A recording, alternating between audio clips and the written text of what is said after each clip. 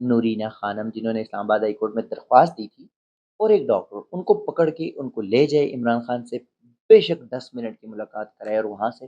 واپس لے آئے، تاکہ یہ جو پروپیگنڈے ہے یہ ختم ہو جائے اور آپ اپنی معاملات بھی بچا سکیں۔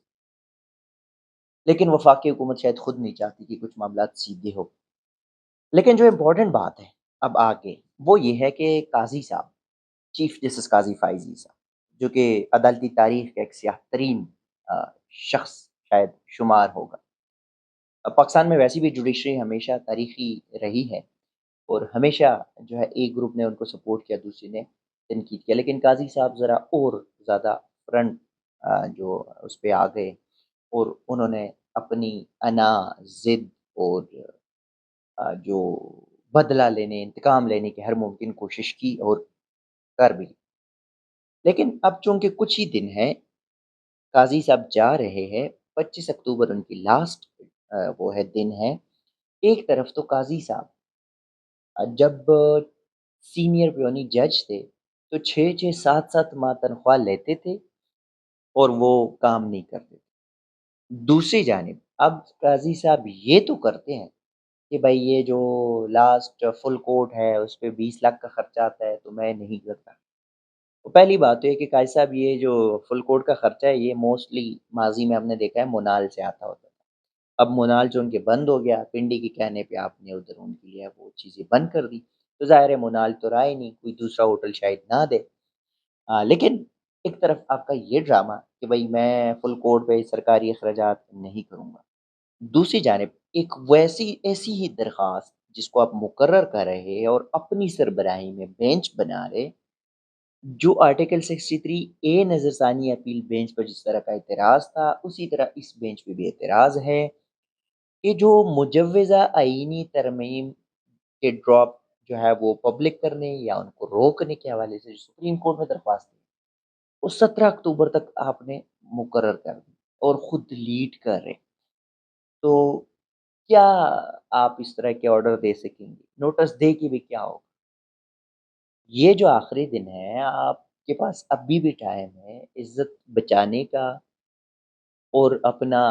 آپ تھوڑا سا جو ہے وہ یا اپنی فیملی کو تھوڑا سا ان کی ریسپیکٹ بچانے کے لیے اب خاموش رہے، تھوڑی دیر کے لیے چپ رہے، کیسز کو نہ لے یا اپنی سربراہی میں نہ لائے، جس سے منظور یا کسی دیگر کو لے دے، وہ فیصلہ کریں گے۔ اب جس جوڈیشل ریفارمز کی آئینی اصلاحات کی بات ہو رہی ہے اس میں آپ ہی کا فائدہ ہے، اور آپ بیٹھ کے اس کا کیس سنیں گے تو آپ ریلیف دیں گے، ایسا تو ممکن ہی نہیں ہے۔ اچھا جن ججز کو آپ نے بینچ میں شامل کیا وہ بھی تو آپ ہی کے سپورٹر ہے، آپ ہی کے ساتھی ہے، دستخطی جج کہہ لے جو بھی کہہ لے، تو پھر آپ اس طرح کی چیزیں کیوں کر رہے؟ ابھی آپ حاضر سروس ہو کے آپ کو جو ہے نا ایک ادنا سا کارکن لعنت بیچتا ہوتا ہے فیملی کے سامنے، تو پھر جب آپ اس کرسی سے اتریں گے تب آپ کا کیا؟ یہ پاکستانی قوم ہے، یہ لوگوں کو بہت جلد بھول بھی جاتے ہیں، لیکن یہ لوگوں کو ذلیل کرنے میں آخری حد تک جاتے ہیں۔ اگر حاضر سروس ہو کے آپ کرسی پہ بیٹھ کے وہ آپ کو نہیں چھوڑ رہے، تو پھر کرسی کے بعد آپ کی بےزتی ڈبل ٹرپل ہونی ہے۔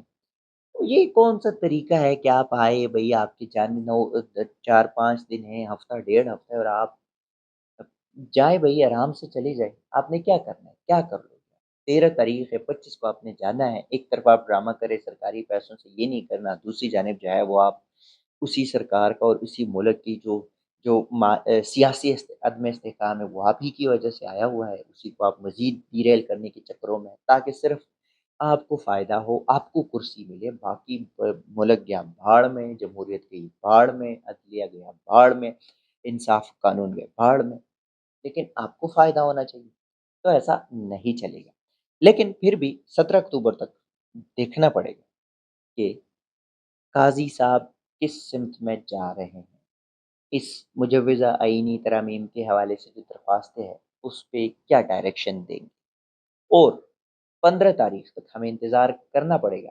کہ پاکستان تحریک انصاف کی جو قیادت ہے جن میں اختلاف ہے کہ نہیں، 15 تاریخ کو ہم نہیں کرنے دیں گے، کوئی احتجاج نہیں کریں گے، تو کیا قیادت اپنے کارکنان کو، موجودہ قیادت اپنے کارکنان کو نکال پائیں گے،